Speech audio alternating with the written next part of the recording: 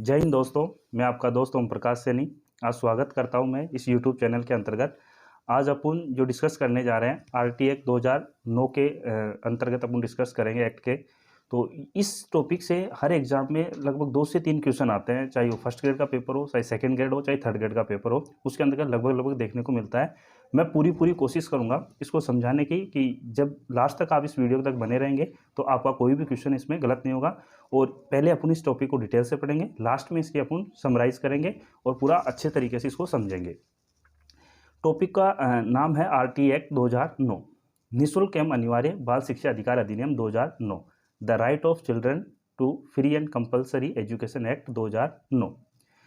RT act 2009 को start करने से पहले अपन इसका थोड़ा सा बैकग्राउंड देखेंगे, कैसे स्टार्ट हुआ, क्या रहा इसके अंतर्गत। बात है सन 1985 की। सन 1985 में विश्व बैंक ने एक रिपोर्ट जारी की और उन्होंने ये बताया कि भारत के अंतर्गत जो शिक्षा का स्तर अभी जो चल रहा है, अगर यही स्तर बना रहा तो भारत 2020 तक दुनिया में सबसे कम साक्षर देश बन जाएगा। उसी समय अपने प्रधानमंत्री राजीव गांधी हुआ करते थे, उन्होंने तुरंत तरीके से दिल्ली में मीटिंग बुलाई, देश के जितने भी शिक्षा मंत्री थी सबकी मीटिंग बुलाई और उनको पूछा गया कि क्या ये रिपोर्ट जो आई है क्या वास्तव में सही है। तो उन्होंने सर्वे करवाया और सर्वे करवाने के बाद उन्होंने पाया कि जो विश्व बैंक ने जो रिपोर्ट जारी की वो वास्तव में सही थी। अगर शिक्षा का स्तर यही रहा तो 2020 तक भारत सबसे कम साक्षर देश बन जाएगा। तो इन्होंने क्या किया, आवश्यकता पड़ी नई एजुकेशन पॉलिसी बनाने की। इन्होंने 1986 में उसी समय तैयार की गई और न्यू एजुकेशन पॉलिसी 1986 लागू की गई। इस अधिनियम के तहत उसी समय क्या हुआ, अपने यहाँ पे 10+2+3 प्रणाली आई और शिक्षा के स्तर को बढ़ाया गया। राजस्थान में तो ऑपरेशन ब्लैक बोर्ड चलाया गया बाकायदे, जैसे कि जो आवश्यकता हुआ करती थी स्कूलों में बच्चों के पास, जैसे छत तो नहीं थी लेकिन ब्लैक बोर्ड और चौक भी नहीं हुआ करता था, तो धीरे धीरे फिर इनको प्रोवाइड करवाया गया। जैसे ये नीति लागू हो गई फिर इसके बाद में इसको जांच के लिए कमेटी बनाई गई कि जांच की गई कि क्या अपन ने जो नीति लागू की 1986 क्या सही है या गलत है। तो इसको क्या किया गया, सन 1991 के अंतर्गत एक पीओपी बनाई गई, प्रोग्राम ऑफ एक्शन कमेटी। इसके अध्यक्ष बनाए गए जनार्दन रेड्डी, जो उस समय आंध्र प्रदेश के मुख्यमंत्री हुआ करते थे। उनकी अध्यक्षता में कमेटी बनी और उन्होंने ये जांच की कि जो नई एजुकेशन पॉलिसी लागू हुई है 1986 की, क्या ये वास्तव में लागू हुई है या नहीं हुई है। तो उन्होंने बताया कि ये नीति अपनी जो लागू की वो असफल हो गई है। क्यों? क्योंकि इसके अंतर्गत प्रयोगशालाएं शब्द का पुण्य प्रयोग ही नहीं किया था, इस वजह से इस नीति को असफल उन्होंने बताया। इसके बाद उन्होंने कहा कि जैसे कि अपना कोठारी आयोग बना हुआ था 1964 से 66 के मध्य, उन्होंने ये कहा था कि भारत का जो भविष्य है वो क्या हो रहा है, विद्यालयों में निर्मित हो रहा है, जो कक्षा है उनमें निर्मित होता है। तो इसके बाद में जांच की गई तो क्या किया जाए। फिर उसके बाद में इन्होंने थोड़ा सा संशोधन किया और एनसीएफ 2005 लेके आए। एनसीएफ 2005 के अंतर्गत जिसकी अध्यक्षता यशपाल सिंह ने की थी, और इसको जब लागू किया गया तो एक तरीके से अपने को रोड मैप तैयार किया गया कि कैसे कैसे और सुधार करना है। और इसी के बाद फिर आएगा, इसी क्रम में आरटी एक्ट 2009 लाया गया, जिसके अंतर्गत अपने को पूरा का पूरा प्रारंभिक शिक्षा के क्षेत्र में जो विस्तार है देखने को मिला वो इसके अंतर्गत आया। अब अपन करते हैं अपना टॉपिक स्टार्ट, आरटी एक्ट 2009। देखिए, इस टॉपिक को पढ़ने से पहले इसको देखेंगे अपन क्या क्या था इस टॉपिक के अंतर्गत। टोटल मिलाकर के अपन इसको समझेंगे, कुल मिलाकर के कि संवैधानिक पक्ष क्या है इसका, वैधानिक पक्ष क्या है इसका, ये देखेंगे अपन। तो सबसे पहले मैं चर्चा करूंगा संवैधानिक पक्ष। शिक्षा की अगर अपन बात करेंगे तो 1976 में यानी 42वां संविधान संशोधन सन 1900 जब किया गया, 42वां संविधान संशोधन अपना 42वां संविधान संशोधन के तहत 1976 में शिक्षा को क्या किया गया, राज्य सूची से निकाल करके समवर्ती सूची के अंतर्गत इसको शामिल किया गया। यानी कि पहले जो ये शिक्षा हुआ करती थी जो राज्य के ऊपर छोड़ दी गई थी, तो राज्य सरकारें इसके ऊपर ध्यान नहीं दे रही थी, इसलिए इसके ऊपर कानून बनाने के लिए क्या किया गया, इसको समवर्ती सूची के अंतर्गत शामिल किया गया ताकि इसको और भी बेटर किया जाए। इसके तहत 3 प्रावधान किए गए। पहला प्रावधान क्या किया गया कि शिक्षा को क्या किया गया, 86वां संविधान संशोधन किया गया सन 2002 में। इसके तहत क्या किया गया, संविधान का जो मौलिक अधिकार है अपने, उनके अंतर्गत अनुच्छेद 21A के तहत इनको क्या किया, मूल अधिकारों में शामिल कर लिया गया। इसके तहत क्या हुआ कि कक्षा 6 से 14 वर्ष के जो बालक है, सभी बालकों को 1 से 8 वर्ष तक के जितने भी जिनकी उम्र है उनको निःशुल्क एवं अनिवार्य शिक्षा देने की बात इसके अंतर्गत कही गई कि जो भी 6 से 14 वर्ष के बालक हैं उनको अपन निःशुल्क शिक्षा प्रावधान किया गया। इसके बाद क्या किया गया कि इसको तो मौलिक अधिकार बनाने के बाद अब क्या किया गया कि कर्तव्य भी निर्धारित किए गए। तो इसका अनुच्छेद जो अपना डीपीएसपी है, मूल कर्तव्य है डीपीएसपी नीति निर्देशक तत्वों में, तो 51 कै के अंतर्गत आर्टिकल अपना 51 कै है, उसका क्लोज के अंतर्गत 11 क्लोज के ये प्रावधान किया गया कि जो भी माता पिता रहेंगे, अभिभावक रहेंगे, उनको अपने बच्चों को अनिवार्य रूप से पढ़ने के लिए भेजना ही पड़ेगा। ये उसके अंतर्गत अपने प्रावधान किया गया। इसके बाद आर्टिकल 45, उसमें क्या प्रावधान किया गया, उसमें ये कहा गया कि जो बच्चे हुआ करेंगे 3 से 6 वर्ष तक के बच्चे हैं, उन सभी बालक बालिकाओं को राज्य सरकार के द्वारा प्राथमिक शिक्षा दी जाएगी, यानी आंगनवाड़ी केंद्र खोलने की बात इसके अंतर्गत की गई, यानी आंगनवाड़ी जो है वो इसके अंतर्गत ओपन किए जाएंगे। इसके बाद क्या किया गया, ये आंगनवाड़ी जो शब्द था सबसे पहले कहाँ से लिया गया, एक मनोवैज्ञानिक हुआ करते थे फ्रोवेल नाम के, उन्होंने सर्वप्रथम किंडरगार्टन शब्द से लिया है, जिसका अर्थ होता है बच्चों की फुलवारी, वहाँ से इसको लिया गया। तो ये तो था संविधान में जो किया गया कि अपन आरटी एक्ट 2009 के शिक्षा के प्रति जो किया गया वो था। अब आरटी एक्ट 2009 को कानूनी रूप कैसे प्रदान किया गया वो इसके अंतर्गत अपन देखेंगे। तो संसद ने जो अब देख कैसे किस तरीके से संसद से पास हुआ, कैसे हुआ, तो सबसे पहले जो ये लाया गया था विधेयक वो राज्यसभा से लाया गया, और राज्यसभा ने क्या किया गया, राज्यसभा ने इसको 20 जुलाई 2009 को सर्वप्रथम इसको बिल को पास किया। राज्यसभा में जैसे ही पास हुआ, इसके बाद ये लोकसभा में गया और 4 अगस्त 2009 को लोकसभा में इसको पास किया गया। इसके पश्चात ये राष्ट्रपति के पास गया। उस समय राष्ट्रपति प्रतिभा पाटिल हुआ करते थे।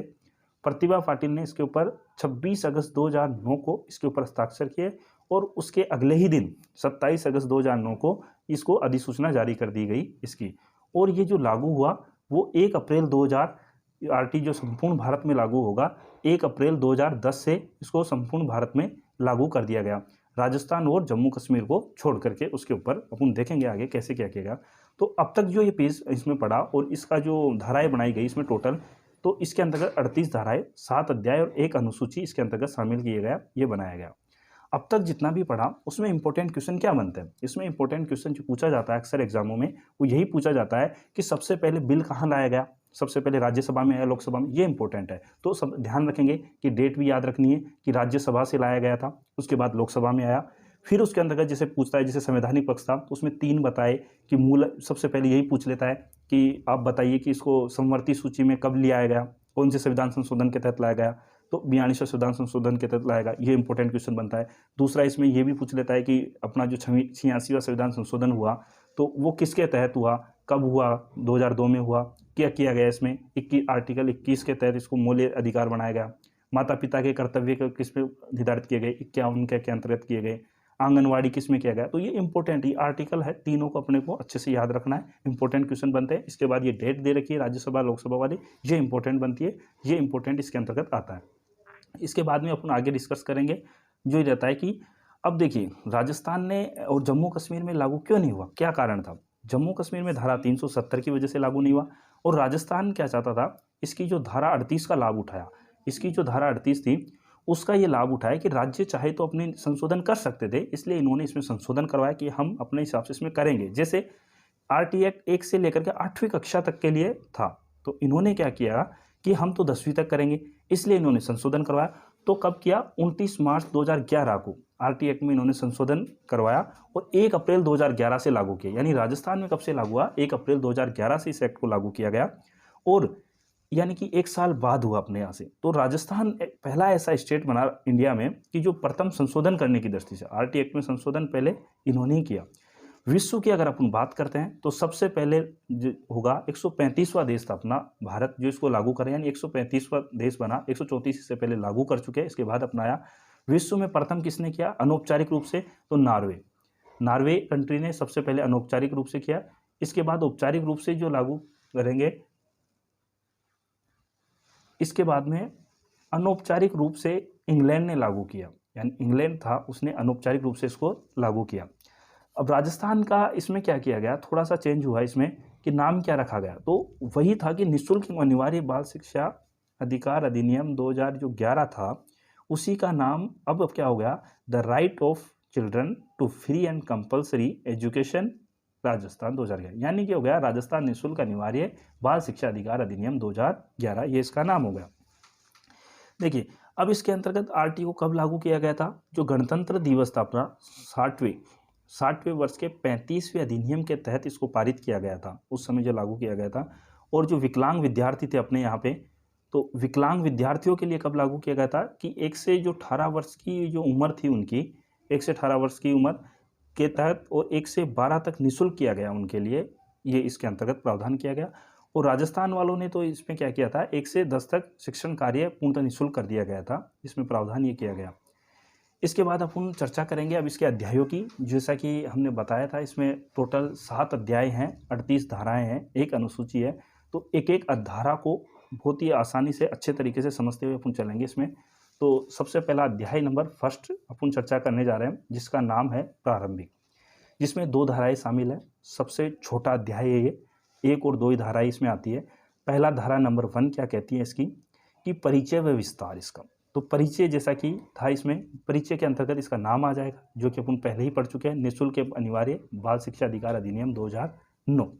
विस्तार कहाँ था, J&K को छोड़ के संपूर्ण भारत में, लेकिन वर्तमान में J&K में भी लागू हो चुका है, क्योंकि धारा 370 के हटने के बाद वहाँ भी इस प्रावधान को लागू कर दिया गया है। जबकि धारा 2 में क्या है, इसमें शब्दावली दे रखी है। महत्वपूर्ण शब्दावलियों में आता है, क्या क्या आता है महत्वपूर्ण शब्दावली में, कि बालक कौन सा होगा, बालक 6 से आयु क्या रहेगी बालक की, 6 से 14 वर्ष की उम्र का रहेगा, वो बालक इसके अंतर्गत शामिल किया जाएगा। प्रारंभिक शिक्षा कहाँ से होगी, इसमें 1 से 8 तक, कक्षा 1 से लेकर के 8 तक का विद्यार्थी शामिल होगा। प्रवेश प्रक्रिया क्या रहेगी, तो इसमें जो समुचित सरकार यानी कि केंद्र सरकार और राज्य सरकार दोनों का योगदान रहेगा। स्थानीय सरकारों में ग्राम पंचायत आ जाती है, पंचायत समिति, जिला परिषद रहेगी। इसके साथ ही इसके अंतर्गत 2 वर्ग आ जाएंगे अपने, तो कौन से, वंचित वर्ग और दुर्बल वर्ग। तो वंचित वर्ग में जो रहेगा SC ST OBC और अल्पसंख्यक, यानी 3, और इसके साथ साथ EWS तीनों आएंगे इसमें। दुर्बल वर्ग में कौन आता है, BPL परिवार वाले आ जाते हैं, वो इसके अंतर्गत शामिल किया जाता है। तो इसमें से क्वेश्चन यही पूछा जाता है एग्जाम में कि आप बताइए बालक के कौन से, किस वर्ष के RT 2009 में किस वर्ष तक के बालक को शामिल किया गया, 6 से 14 वर्ष तक के को शामिल किया गया, कौन सी कक्षा तक के लागू होता है, या जाता है, या पूछ लेता है कि दुर्बल वर्ग में किसको शामिल किया जाता है। तो ये इंपॉर्टेंट क्वेश्चन बनता है इसमें। देखते हैं नेक्स्ट धारा, अध्याय नंबर 2। अध्याय नंबर 2 धारा 3 से लेकर के 5 तक है, जिसका नाम है निःशुल्क और अनिवार्य शिक्षा का अधिकार। धारा नंबर 3 क्या कहती है, धारा नंबर 3 में लागू होने की तिथि है, यानी कब से लागू किया गया, तो 1 अप्रैल 2010 से, 1 अप्रैल 2010 से इसको लागू किया गया था संपूर्ण भारत में। निःशुल्क एवं अनिवार्य शिक्षा के प्रावधान के तहत राजस्थान में 1 अप्रैल 2011 से लागू हुआ है। तो ये ताकती थी। इसके बाद में धारा नंबर 4 आती है। धारा नंबर 4 में क्या गया, ड्रॉप आउट विद्यार्थियों की बात की गई है। ड्रॉप आउट विद्यार्थी कौन होते हैं, यदि कोई विद्यार्थी, ऐसा विद्यार्थी जो पहली क्लास में एडमिशन लिया और उसके बाद वो छोड़ के चला गया, मान लो 6 साल की उम्र में आया और वो 10 साल के बाद अगर दोबारा आ रहा है, तब उसको कौन सी कक्षा में एडमिशन दिया जाए। ऐसा तो नहीं है कि पहली कक्षा में दे देंगे, तो उसको क्या करेंगे, आयु के अनुसार उसको, उसकी आयु के अनुसार उसको 5वीं कक्षा में उसको बैठाया जाएगा और उसमें एडमिशन दिया जाएगा। ये प्रावधान किया जाता है। उसके लिए क्या करेंगे, ब्रिज कोर्स का प्रावधान किया गया है कि बालक के लिए क्या करेंगे, ब्रिज कोर्स चला करके उसको उस स्तर तक ले आएंगे और आयु के अनुसार प्रावधान किया जाएगा। धारा नंबर 5 क्या कहती है, धारा नंबर 5 में क्या था, टीसी से संबंधित प्रावधान है। पहले क्या होता था कि बच्चे को स्कूल में एडमिशन करवा दिया तो टीचर्स क्या होते थे, टीसी उनकी नहीं देते थे उनको कई अन्य स्कूल में जाने के लिए, लेकिन अब कानून बन चुका है, अब उनको टीसी देनी होगी, अन्यथा इस एक्ट के तहत उनके ऊपर कार्रवाई की जा सकती है, इसलिए उनको टीसी देना अनिवार्य किया गया। अध्याय नंबर 3 क्या कहता है, अध्याय नंबर 3 में समुचित सरकार, स्थानीय सरकार और प्राधिकारी माता पिता के कर्तव्य को वर्णित किया गया। इसके तहत क्या किया जाएगा, धारा नंबर 6 देखिए, 6 से लेकर के 11 तक इसमें अध्याय नंबर 3 में शामिल किया गया। धारा नंबर 6 कहती है विद्यालयों की स्थापनाओं के बारे में प्रावधान किया गया। तो विद्यालयों की स्थापना जैसे कक्षा 1 से 5 तक रहेगी, तो उसमें क्या रहेगा, 1 किलोमीटर के क्षेत्र में अपने को विद्यालय की स्थापना करनी होगी, ये इसमें प्रावधान किया गया। अगर 6 से 8 तक रहेगी तो उसमें 2 प्रावधान है कि ग्रामीण क्षेत्र और शहरी क्षेत्र। ग्रामीण क्षेत्र में 2 किलोमीटर के अंतर्गत अपने को एक विद्यालय बनाना होगा, जबकि शहरी क्षेत्र में 3 किलोमीटर का। ऐसा इसका प्रावधान क्यों किया गया, ऐसा इसलिए किया गया क्योंकि ग्रामीण क्षेत्र में सुविधाएं कम रहती है, बालक नहीं जा सकता, बालक के लिए साधन नहीं होते, इसलिए उसको पैदल जाना होता है। जबकि शहर में क्या होता है, बालक टेम्पो के जा सकता है, टेम्पो के लटक के भी जा सकता है, कैसे भी जा सकता है, तो उसके लिए 3 किलोमीटर का क्षेत्र रखा गया है, तो वो आसानी से जा सकता है। जबकि जो 10th तक क्लास रहेगी वो 5 किलोमीटर के दायरे में रहेगी और 12th तक की जो क्लास रहेगी 10th किलोमीटर के दायरे में रहेगी। ये एक्ट 2009 के तहत है, लेकिन अभी क्या प्रावधान हो चुके हैं, चेंज हो चुके हैं, क्योंकि राज्य सरकार ने क्या किया है, राजस्थान में जितने भी 10th तक के स्कूल थे उन सभी को क्या किया, 12th तक स्कूल में कन्वर्ट कर दिया गया है। तो यहाँ थोड़ा प्रावधान चेंज हो गया है, जबकि आरटी एक्ट अपने को 1 से 8 तक ही पढ़ना है, 10 और 12 को अपने को ध्यान में नहीं रखना है।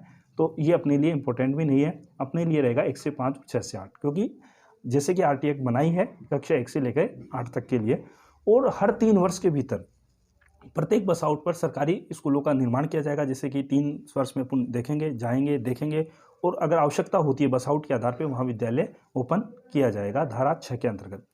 धारा 7 क्या कहती है? धारा 7 पे है, स्कूल तो बना दिए, अब इसके लिए वित्तीय अनुदान कहाँ से आएगा, पैसा कहाँ से आएगा, बिना वित्त के स्कूल चल नहीं पाएंगे। तो केंद्र और राज्य सरकारों के मध्य एक अनुपात जब ये लागू किया गया, तब क्या किया गया, 55-45, यानी केंद्र सरकार जो रहेगी, केंद्र सरकार ने कहा कि 55% केंद्र सरकार देगी और 45% राज्य सरकार के माध्यम से इसमें दिया जाएगा। 2012 में आते आते राज्यों ने कहा कि नहीं, हमें तो वित्तीय अनुदान और बढ़ाया जाए इससे अपनी। तो उन्होंने क्या किया, राज्य सरकार ने कहा कि ठीक है, 65% जो दिया जाएगा केंद्र के द्वारा और 35% राज्य के द्वारा इसमें प्रावधान किया गया। लेकिन फिर भी विवाद बढ़ता ही गया और इसके लिए कमेटी बनाई गई, अनिल बोरादिया कमेटी, जो वित्तीय अनुपात के लिए गठन की गई थी। और उस कमेटी ने यह सिफारिश की कि राज्य को है ना 68% और केंद्र 68% देगा राज्यों को, और राज्य 32% देंगे इसमें। यह अनुपात उन्होंने फिक्स किया, लेकिन बाद में अभी चलता गया और वर्तमान में यह अनुपात 60:40 है। इसलिए अगर अभी क्वेश्चन पूछा जाता है कि वर्तमान में अनुपात क्या है केंद्र और राज्य का, तो 60:40 करना है। पूर्वोत्तर राज्य का पूछना है तो 90-10 रहेगा, सभी में 90-10 रहता है। पूर्वोत्तर के जो राज्य रहते हैं उनके लिए 90 रहेगा, केंद्र सरकार देगी, 10% जो है राज्य सरकार के माध्यम से प्रावधान किया गया है इसके अंतर्गत। तो इस तरीके से कमेटी बनती है और 60:40 अपने को याद रखना है, वर्तमान में ये इसका प्रावधान किया गया। इसके बाद अपन देखेंगे धारा 8 में क्या है। धारा 8 ये कहती है कि स्थानीय निकायों के कर्तव्य वर्णित किए गए। धारा 8 में समुचित सरकार के कर्तव्य वर्णित किए गए हैं, और 9 के अंतर्गत स्थानीय निकायों के कर्तव्य वर्णित किए गए हैं इसके अंतर्गत।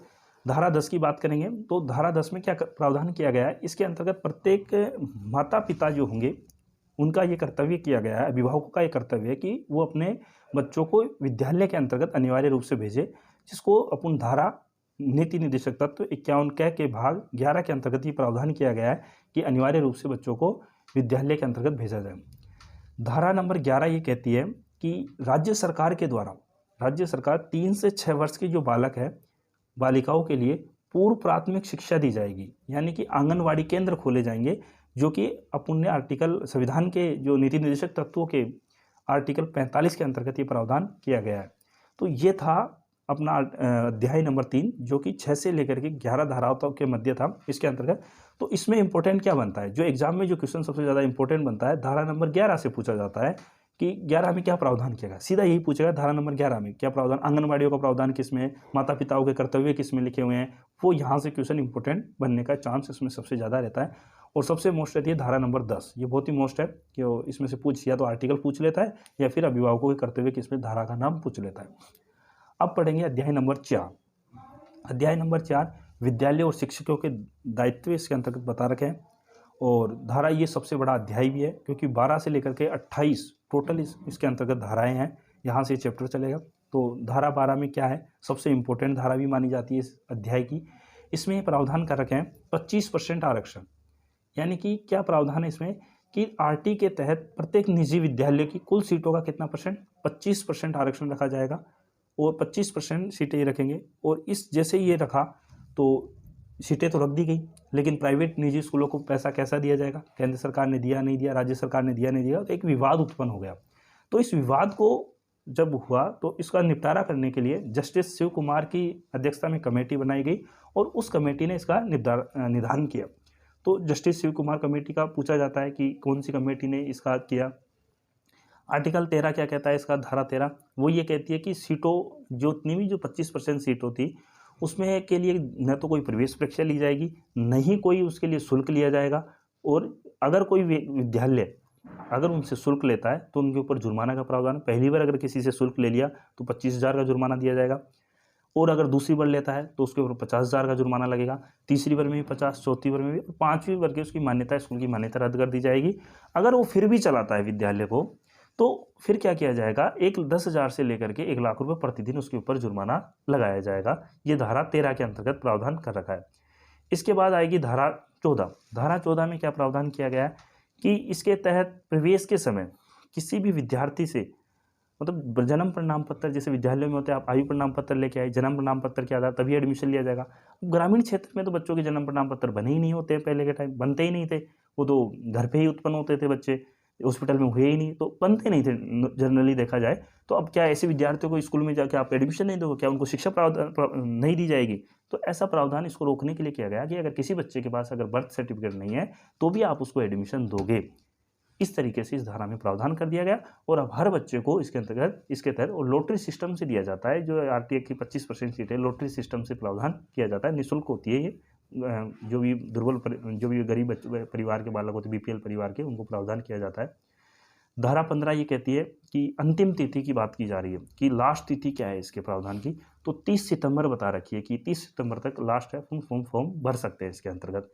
धारा 16 और 17 ये दो धाराएं बच्चों के लिए बहुत ही गोल्डन धाराओं के नाम से जाना जाता है, क्योंकि इन धाराओं के ऐसा प्रावधान किया गया जिसको बच्चे देखकर खुश हो गए, गदगद हो गए एक तरीके से देखा जाए। क्योंकि धारा 16 में ये कह दिया गया कि कक्षा 1 से लेकर के जो 8वीं तक की जो कक्षा है उनके विद्यार्थी को फेल ही नहीं कर सकते और न विद्यालय से आप निकाल सकते हो। तो विद्यार्थी तो खुश हो गए। 17 में क्या कहा गया कि आपको शारीरिक और मानसिक रूप से दंड भी नहीं दिया जाएगा, यानी कि विद्यार्थी को अब क्या हो गया, भय मुक्त हो गया, न तो फेल कर सकते हैं गुरुजी और न ही हमें क्या कर सकते हैं, किसी भी प्रकार से मानसिक रूप से पीड़ा कर सकते हैं या शारीरिक रूप से पीड़ा पहुंचा सकते हैं। लेकिन इस धारा को जैसे लागू किया गया तो इसको पता लगा कि इसका दुरुपयोग हो रहा है। विद्यार्थी पढ़ ही नहीं रहे थे, बच्चे देख रहे थे मैं फेल तो हो नहीं सकता, इसलिए मैं पढ़ूं क्यों। तो इसके लिए इसमें थोड़ा संशोधन किया गया। इसलिए 3 जनवरी 2019 को इसमें संशोधन ये किया गया कि जो विद्यार्थी बिल्कुल ही कमजोर है उनको रोका जा सकता है कर्मोगत होने से। अब विद्यार्थियों में भय उत्पन्न हो गया कि रोक भी सकते हैं गुरुजी, तो अब उनको क्या किया जाएगा कि वो पढ़ने लग गए इस डर के मारे। तो वैसे तो ये बहुत इंपॉर्टेंट धारा है क्योंकि बच्चों के लिए है, गोल्डन धाराएं कहती हैं 16-17 को, जो इनके गोल्डन धाराओं के नाम से इनको जाना जाता है। इसके बाद देखेंगे कि 18, 19 और 20 धारा, इसमें क्या प्रावधान कर रखा, ये तीनों की तीनों धाराएं हैं। इसके अंतर्गत ये प्रावधान किया गया है कि विद्यालयों की मान्यताओं से संबंधित, देखिए कक्षा 1 से 8 तक अगर विद्यालय की स्थापना करनी है तो 10,000 रुपये की राशि लगती है। 9 से 10 तक अगर स्कूल ओपन करनी है तो 50,000 रुपये की राशि जमा करानी होगी। 11 से 12 तक अगर विद्यालय ओपन करना है तो 70,000 रुपये की राशि जमा करवानी होती है। इसके साथ ही जो प्रति संकाय होते हैं 30,000 रुपये प्रति संकाय के हिसाब से देना होता है 12th क्लास 11th-12th के लिए। और ये जितनी भी राशि होती है कहाँ जमा होगी, बीएसएफ में जाकर के, यानी कि बालिका शिक्षा फाउंडेशन में जाकर के इस राशि को जमा किया जाता है, वहाँ जाकर के ये जमा हो जाती है। इसी अध्याय की धारा 21 इंपॉर्टेंट धारा है जो कि विद्यालय प्रबंधन समिति का एसएमसी का गठन का प्रावधान करती है। एसएमसी क्या होती है, देखियो एसएमसी के अंतर्गत क्या हो जाएगा कि इसके अंतर्गत टोटल 100 व्यक्ति है, उसमें से क्या होगा 75% तो अभिभावकों को शामिल किया जाएगा, 15% 25% जो रहेंगे प्रबंधन व्यक्ति रहेंगे। इसका जो अध्यक्ष बनाया जाएगा वो किसको बनाया जाएगा, अध्यक्ष भी जो रहेगा अभिभावकों को ही बनाया जाएगा, यानी अभिभावक ही इसमें अध्यक्ष रहेगा। सचिव को इसको बनाया जाएगा, प्राचार्य को बनाया जाएगा। अगर प्राचार्य नहीं होता है तो एचएम हेडमास्टर को बना देंगे। हेडमास्टर अगर अनुपस्थित है तो स्कूल व्याख्याता रहेंगे, स्कूल व्याख्याता नहीं है तो वरिष्ठ शिक्षक किसी को भी उनमें से एक को बनाया जा सकता है। और इनकी जो बैठकें होती है, इन बैठकों का कब होगी कि प्रत्येक अमावस्या को। क्यों? क्योंकि इस दिन मजदूर जो वर्ग होते हैं उनकी क्या होती है, छुट्टी होती है, इसलिए विद्यालय में आ सकते हैं और बैठकों में भाग अपन ये ले सकते हैं कंटिन्यू। और टोटल जितने भी रहेंगे उसमें 50% महिलाओं का होने का प्रावधान भी किया गया है। एसएमसी एक अलग से टॉपिक है, इसको अपन अलग से भी देखेंगे, पूरा विस्तृत रूप से देखेंगे कि क्या क्या प्रावधान कर रखे हैं, कौन कौन से भाग लेते हैं, इसमें SC/ST की कितनी महिलाएं हैं, इसके अलावा कितने दिन में होनी चाहिए, कौन कौन से क्या होता है इसमें, तो पूरा डिटेल से अलग से इसको समझेंगे। अभी तो इसमें थोड़ा सा देखते हुए चल रहे हैं RT Act 2009 के तहत। धारा 22 में ये प्रावधान कर रखा है कि जो भी कार्य करेगा विकास से संबंधित एसएमसी ही कार्य करेगी, यानी एसएमसी के माध्यम से क्या किया जाएगा, विद्यालय के विकास से संबंधित जितनी भी योजनाएं हैं वो यही करेगी। और धारा 23 ये कहती है कि कैसे विद्यार्थी यानी कि कैसे शिक्षक होने चाहिए, न्यूनतम उनकी योग्यता, किसी भी निजी स्कूलों के अंतर्गत भी हो तो उसमें न्यूनतम BSTC या बीएड किया हुआ ही व्यक्ति ही उनमें पढ़ा सकता है, ये उसकी न्यूनतम योग्यता है। विदाउट BSTC बीएड व्यक्ति स्कूलों में पढ़ाने के पात्र नहीं है। और धारा 24 में क्या कर्तव्य वर्णित किए, उसमें शिक्षकों का ये कर्तव्य वर्णित किया कि विद्यालय में जो शिक्षक है नियमित रूप से आए, बच्चों का नियमित रूप से पाठ्यक्रम पूर्ण करवाए, इसके साथ साथ ही जितनी भी बैठकें होती है एसएमसी की उनके अंतर्गत नियमित रूप से भाग लेता रहे, ये उसके कर्तव्य वर्णित किए गए हैं। धारा 25 आती है। धारा 25 में अनुपात दे रखा है शिक्षकों के विद्यार्थियों के अनुपात, क्या क्या अनुपात होने चाहिए। जैसे कक्षा 1 से 5 तक होती है तो उसमें कितना अनुपात होना चाहिए, 1 से 5 में 40 विद्यार्थियों पे एक शिक्षक का नियुक्त किया गया है, जबकि 6 से 8 में 35 विद्यार्थियों पे एक शिक्षक नियुक्त होना चाहिए।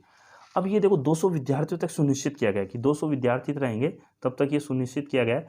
200 विद्यार्थियों के बाद क्या होगा कि इस जैसे मान लो 1 से 5 तक है, 1 से 5 तक में क्या किया जाएगा, इसके अंतर्गत 150 जैसे ही हो जाएंगे, 150 या इससे अधिक हो जाते हैं तो वहाँ एक हेड मास्टर की नियुक्ति की जाती है। 150 से अधिक होने पे एक हेड मास्टर की नियुक्ति की जाएगी, जबकि कक्षा 6 से 8 के अंतर्गत विद्यार्थियों की संख्या अगर 100 से अधिक हो जाती है तो वहाँ एक हेड मास्टर की नियुक्ति किया जाएगा। ऐसा प्रावधान कर रखा है। इसमें आगे अपन देखेंगे कि टोटल जो विद्यार्थी होते हैं यानी कि शिक्षक होते हैं, जैसे अनुपात इसमें 40:1, 35:1 कर रखा है। अगर मान लो कि 200 से कम हो तब क्या प्रावधान करेंगे, उसमें देखेंगे जैसे कि विद्यालय में अगर 60 से कम है, 1 से 5 तक स्कूल में अगर 60 से कम अगर विद्यार्थी रहते हैं तो वहाँ पे 2 शिक्षक लगाए जाएंगे। 60 से और 90 के बीच में आ जाए तो कितने लगाए जाएंगे, 60 से 90 के बीच में उसमें फिर 3 कर देंगे, 90 से 120 में 4 कर देंगे, इस तरीके से फिर एक एचएम। तो इस तरीके से ये प्रावधान कर रखा है, इसके अंतर्गत आएंगे और आगे इसको डिटेल से देखेंगे अपन। धारा 26 में देखते हैं कि विद्यालय में कितने भी जैसे कि जो भी टीचर्स स्टाफ होता है टोटल का 10% से अधिक वैकेंट नहीं रह सकती सीट, यानी 10% से ज़्यादा रिक्त नहीं रह सकती है उसके अंतर्गत। इसके अलावा शिक्षकों को कहाँ कहाँ कार्य पे लगाए, शिक्षक को शिक्षण कार्यों के अलावा 3 ऐसे कार्य जहाँ लगाए जा सकते हैं, इसके अलावा और कहीं भी नहीं लगाया जा सकता। जैसे पहला तो उनको जनगणना के कार्यों में लगाया जा सकता है, जनगणना के अंतर्गत आपात कार्यों में और चुनावों में। प्लस पोलियो में नहीं लगाया जा सकता, प्लस पोलियो हटा दिया गया, पहले लगाते थे अब नहीं हटाते। तो क्वेश्चन यही पूछता है वो कंफ्यूज करने के लिए कि टीचरों को प्लस पोलियो में लगाया जाता है, अब नहीं, पहले लगाया जाता था अब नहीं लगाया जाता, इसलिए वो गलत क्वेश्चन हो जाता है। 10 वर्षीय जनगणना, जनगणना में सहयोग लिया जाता है। आपात राहत कार्य जैसे अभी कोरोना के टाइम कोविड में लिया गया, जितने भी टीचर्स थे उनकी बाकायदे ड्यूटी लगाई गई और उनका यूज़ मतलब अच्छी तरीके से उनके कर सकते हैं, क्योंकि आपदा एक कोरोना एक आपदा थी, इस वजह से उनको किया गया। चुनावों में उनका उपयोग किया जाता है, इसके अलावा और कहीं भी टीचर्स को नहीं लगाया जा सकता कार्य में। धारा 28 क्या कहती है, धारा 28 में प्रावधान किया गया है कि कोई भी शिक्षक अपने सेवा काल के घंटों के दौरान किसी भी कोचिंग संस्थान में पढ़ा नहीं सकता। अगर वो ऐसा करता है, पढ़ाया पाया जाता है तो उसके ऊपर कार्रवाई, विभागीय कार्रवाई की जा सकती है। ये था अपना अध्याय नंबर 4, जो कि 12 से लेकर के 28 धाराओं के अंदर सबसे बड़ा अध्याय था। इसके बाद अध्याय नंबर 5 की तरफ चलते हैं। अध्याय नंबर 5 का नाम है प्रारंभिक शिक्षा का पाठ्यक्रम और उसको पूरा किया जाना। इसमें 29 से लेकर 30 तक 2 धाराएं इसमें शामिल है। जो 29 धारा ये कहती है, धारा नंबर 29 क्या क्या प्रावधान कर रखी है, इसमें यह कहा गया है कि जितना भी जो प्रारंभिक शिक्षा का जो पाठ्यक्रम है, अगर इसमें कोई परिवर्तन करते हैं तो इसकी अधिसूचना समाचार पत्रों में प्रकाशित करनी होगी, साथ के साथ ही विद्यालय में पहुंचाया जाएगा। अध्याय नंबर 5 प्रारंभिक शिक्षा का पाठ्यक्रम और उसको पूरा किया जाना है। इसमें 2 धाराएं हैं। देखिए क्या है, सबसे पहले कि किसी भी अगर पाठ्यक्रम में कोई भी परिवर्तन किया जाएगा तो क्या किया जाएगा, इसकी अपने को सूचना देनी होगी, बाकायदा अधिसूचना जारी करनी होती है समाचार पत्रों में कि इस कक्षा का ये पाठ्यक्रम चेंज किया गया है, तो इसकी अधिसूचना अपन जारी कर देंगे। इसके साथ साथ ही प्रत्येक विद्यालय में भी सूचना भेजनी होगी कि इस कक्षा के इस सिलेबस में ये चेंज किया गया, ये प्रावधान किया गया। संस्था कौन है, एनसीईआरटी है, इसके माध्यम से किया जाता है। पूरा का पूरा प्रावधान है जो यहाँ से किया जाएगा। 30 धारा ये कहती है कि किसी भी बालक को बाध्य नहीं कर सकते कि बोर्ड की परीक्षा में बैठना ही है, नहीं, बिना बोर्ड के भी अनिवार्य नहीं है, ये कंपलसरी नहीं है कि आपको बैठना ही पड़ेगा। इसको वैकल्पिक कर दिया गया, बैठ भी सकता है, नहीं भी बैठ सकता है। तो धारा 30 में ये प्रावधान किया गया। अध्याय नंबर 6 क्या कहते हैं, अध्याय नंबर 6 में बालकों के अधिकारों का संरक्षण है। 31 से लेकर के 34 धारा तक ये है। 31 धारा ये कहती है कि बालकों के अधिकारों के लिए भी एक बाल अधिकार आयोग होना चाहिए। तो बाल अधिकार आयोग का प्रावधान किया गया है इसके अंतर्गत, जो कि राज्य बाल अधिकार अधिनियम, जैसे राज्य सरकार ने तो इसका प्रावधान किया था, 2005 में राज्य बाल अधिकार संरक्षण अधिनियम भी बनाया है। तो अब इसके तहत क्या होगा, 32वीं धारा में ये बताया कि इस अधिनियम के तहत कोई भी जैसे बालक हो या बालक के अभिभावक हो या प्रबंधन समिति का कोई भी व्यक्ति हो जाके शिकायत दर्ज करा सकता है। बालक से संबंधित अगर कोई बात है तो बाल अधिकार आयोग में जाएंगे और उसमें करेंगे और उसकी बाकायदे पूर्णतः सुनवाई होगी और पूरी उसके ऊपर कार्रवाई की जाएगी। बालकों से संबंधित प्रावधान इसमें किए गए। धारा 33 और 34 दोनों को एक साथ पढ़ेंगे। 33 और 34 में क्या है कि 33 तो ये कहती है कि केंद्र सरकार क्या करेगी, आरटी से संबंधित एक सुझाव देने के लिए 15 सदस्यों की एक समिति बनाई गई है, केंद्रीय सलाहकार परिषद बनाई जाती है। पीएम उसकी अध्यक्षता करेंगे। वैसे ही 34 में क्या होगी, वही 15 सदस्यों की बनेगी, लेकिन अध्यक्षता कौन करेगा, उसके अंतर्गत सीएम के द्वारा उसकी अध्यक्षता की जाएगी। तो ये था अपना अध्याय नंबर 6। अध्याय नंबर 7 क्या था, उसके अंतर्गत प्रकीर्णन है, अन्य मुख्य बातें हैं, जो कि 35 से 38 तक है। उसके अंतर्गत जैसे 35, 36, 37 में विद्यालय, विद्यालयों के अभिभावक क्या है, विद्यालय अभिभावकों के कर्तव्य और निर्देश जारी करने की शक्ति। तो यही है कि निर्देश जारी करने की अंतिम शक्ति किसके पास होगी, केंद्र सरकार, यानी केंद्र सरकार का जो निर्देश होगा वही अंतिम होगा, उसको ही माना जाएगा। धारा इसकी 38 है, इंपॉर्टेंट धारा है, मोस्ट इंपॉर्टेंट धारा है। इसको क्या किया जाता है कि राज्य सरकारें चाहे तो अपने हितों को ध्यान में रखते हुए आरटी में क्या कर सकती है, संशोधन कर सकती है। जैसे इसका सबसे पहले लाभ किसने उठाया था, राजस्थान सरकार ने। राजस्थान सरकार ने सबसे पहले देखा कि अपने लिए कौन सा है, तो धारा 38 थी, तो धारा 38 का उठाया, बोला हम तो इसमें संशोधन करेंगे, हम इस तरीके से लागू नहीं करेंगे। और संशोधन करने के चक्कर में 1 साल लेट हो गए। लागू होना था 1 अप्रैल 2010 से, केंद्र में लागू गया, लेकिन राजस्थान में 1 अप्रैल 2011 से लागू हुआ। संशोधन रूप में क्या कर दिया, इसका चेंज कर दिया, अध्याय 7 की जगह हमने 10 कर दिए। राजस्थान का, जब राजस्थान का अपना आरटी पढ़ेंगे, राजस्थान का आरटी 2011 है, वो भी अपने सिलेबस में, रीट के सिलेबस में वो भी दे रखा है। तो एचएमके में था, भी नया जोड़ा है रीट में, तो उसमें ये प्रावधान कर रखा है कि उसमें भी, जबकि धारा है उसमें 29 है, अध्याय 10 है, तो उसको भी अलग से पढ़ेंगे, वो अलग है, ये अलग है, दोनों में अलग अलग प्रावधान कर रखे हैं, इसके अंतर्गत बताए रखे हैं और इसकी चर्चा कर चुके हैं अपन पहले ही संशोधन के लिए। हाँ, जनक किसे माना जाता है, देखिए भारत में आरटी का जनक कौन है, तो जनक गोपाल कृष्ण गोखले, गोपाल कृष्ण गोखले थे, उनको जनक माना जाता है इसका। और राजस्थान में आरटी 2011 की जैसे 29 धाराएं, 10 अध्याय सम्मिलित किए गए हैं, उसमें कब लागू हुआ, जैसे कि राजस्थान में आरटी 1 अप्रैल 2010, लेकिन उसको संशोधित रूप से अगर वो पूछता है अपने को, अधिनियमित किया तो 29 मार्च 2011 को, संशोधित रूप से कब लागू हुआ, तो 1 अप्रैल 2011 को संशोधित रूप से लागू किया गया था इसको, तो ये इसके अंतर्गत आ जाएगा। तो ये इसका प्रावधान है। इसके बाद है, नेक्स्ट देखेंगे कि अब इसका जो अब तक जो पढ़ा धाराएं, 38 धारा है, उसका एक तरीके से एक निचोड़ बनाया है, एक तरीके से समरी की गई है, उसको देखेंगे। तो एक चार्ट बनाया हुआ है, इसको इस चार्ट के माध्यम से देखेंगे। एक ही पेज में इनके 7 अध्याय को एक साथ लिखा गया है। इसमें क्या किया गया है, इसमें जो किया गया है कि प्रारंभिक परिचय, जैसे कि धारा चैप्टर का नाम हो गया इधर, तो फर्स्ट सेकंड थर्ड 7 चैप्टर, कौन कौन सी धाराएं हैं और कौन सा बड़ा कौन सा। कई बार क्वेश्चन क्या होता है, वो डायरेक्ट पूछता है कि किस अध्याय का नाम क्या है, कौन सी धारा किस अध्याय में आती है। अध्याय का नाम से अगर क्वेश्चन आता है तो इसके माध्यम से अब वो याद कर सकते हैं अच्छे तरीके से, उसमें दिक्कत नहीं आएगी। तो ये पूरा कंप्लीट देख लेंगे इसके माध्यम से। इसके बाद में शैक्षिक जो घंटे थे, जैसे कक्षा 1 से लेकर के 5 तक की अगर बात की जाती है, तो 1 से 5 तक जो कक्षा विद्यालय है, उनमें जो शिक्षक होते हैं 4 घंटे प्रतिदिन पढ़ाते हैं। कितने दिवस पढ़ाते हैं, 200 दिवस पढ़ाएंगे, तो टोटल घंटे कितने हुए, 800 घंटे, यानी कि एक वर्ष में 800 घंटे का अध्ययन करवाए जाते हैं कक्षा 1 से 5 तक में। 6 से 8 तक के अगर विद्यालय होते हैं, उनमें क्या होता है, 220 शैक्षिक दिवस होते हैं, 4.5 घंटे प्रतिदिन पढ़ाते हैं, तो टोटल 1000 घंटे होते हैं, 1000 घंटे के माध्यम से। जबकि एक शिक्षक जो होता है, सप्ताह में उसको न्यूनतम 45 क्लास लेनी होती है, 45 कालांश यानी 45 घंटे होते हैं पठन और पाठन की तैयारी के साथ। सबसे इंपॉर्टेंट क्वेश्चन है, बार बार पूछा जाता है कि एक न्यूनतम सप्ताह में के अंतर्गत पूछा जाता है, कई बार मैक्सिमम एग्जामों में रिपीट होता है। 45 घंटे अपने को याद रखने, इसमें साप्ताहिक पठन और पाठन के साथ इसको देखना है इसको पूरा।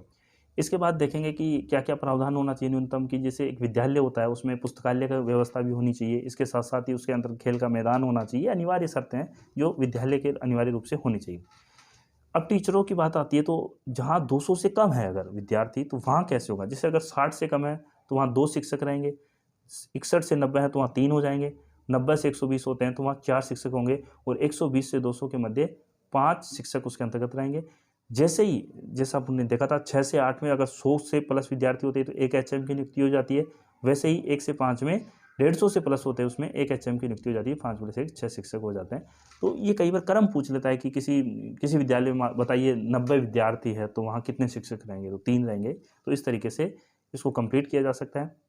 तो ये अपना टॉपिक था आरटी 2009। उम्मीद करता हूँ दोस्तों आपको अच्छा समझ में आया होगा। इसको आप लास्ट तक सुने और एक बार की जगह 2 बार सुनिए, तो आपको अच्छा समझ में आएगा और पूरा हो जाएगा। जैसा कि विद्यार्थियों मैंने आपको बताया था कि लास्ट में अपन चर्चा करेंगे इंपॉर्टेंट क्वेश्चनों की जो इससे आए हुए थे, तो स्टार्टिंग से अपन एक बार लास्ट से देखेंगे पूरा स्टार्टिंग से। इसमें से इंपॉर्टेंट अब मैं वो बताऊंगा जो पिछले एग्जामों में आए हुए क्वेश्चन हैं, जैसे कि पिछले जो पेपर थे उसमें से आए हुए हैं।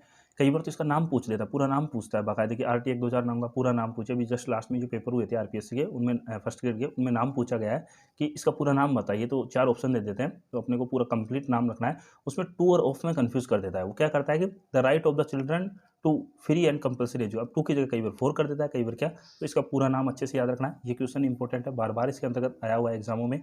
इसके साथ-साथ ही जैसे कि देखा था इसके जो संवैधानिक प्रावधान थे, किस तरीके से संविधान के आर्टिकल 86वां 86वां संविधान संशोधन हुआ, 42वां संविधान संशोधन, ये इंपॉर्टेंट है इसके अंतर्गत, ये इसको देखना है। इसके साथ-साथ ही इसके जो जितने भी धारा संविधान के जो 21वां है, 51 क्या है, 45 है, तीनों आर्टिकल इंपॉर्टेंट है। इसके अलावा ये राज्यसभा की ये डेट अपने को याद रखनी है। इसमें तीनों बार-बार पूछता है कि राज्यसभा में किस डेट को पारित हुआ, लोकसभा में किस हुआ, ये धाराएँ। लागू होने की तिथि, ये भी इम्पोर्टेंट है, किस तारीख को लागू हुआ था, ये इसमें बनती है। इसके अलावा इसमें जो देखेंगे कि धाराओं में, ये धारा नंबर 2 में इसकी पूछता है कि वो कक्षा कौन सी कक्षा तक है, आयु वर्ग क्या है, ये इंपॉर्टेंट इसमें बनता है।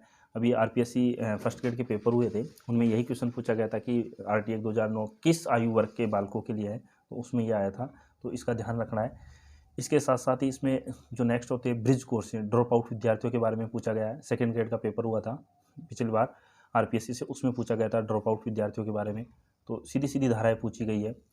इसके अलावा इसमें जो इम्पोर्टेंट बनता है 10 और 11 अभिभावकों के, ये भी पूछा गया है।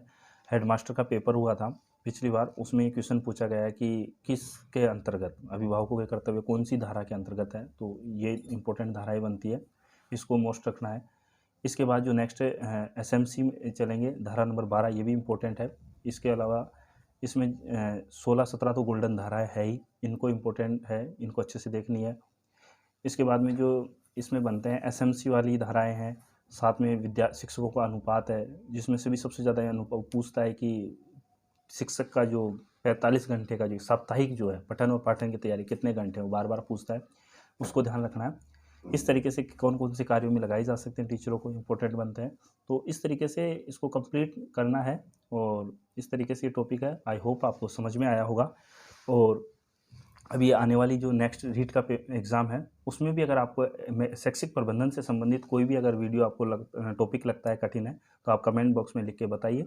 मैं उसको अच्छे से समझाने की, उसका वीडियो बना करके समझाने की कोशिश करूँगा। और वीडियो को लाइक करें, सब्सक्राइब करें, ताकि आपको आने वाले और भी कई वीडियो हैं उनका नोटिफिकेशन प्राप्त होए। जय हिंद दोस्तों।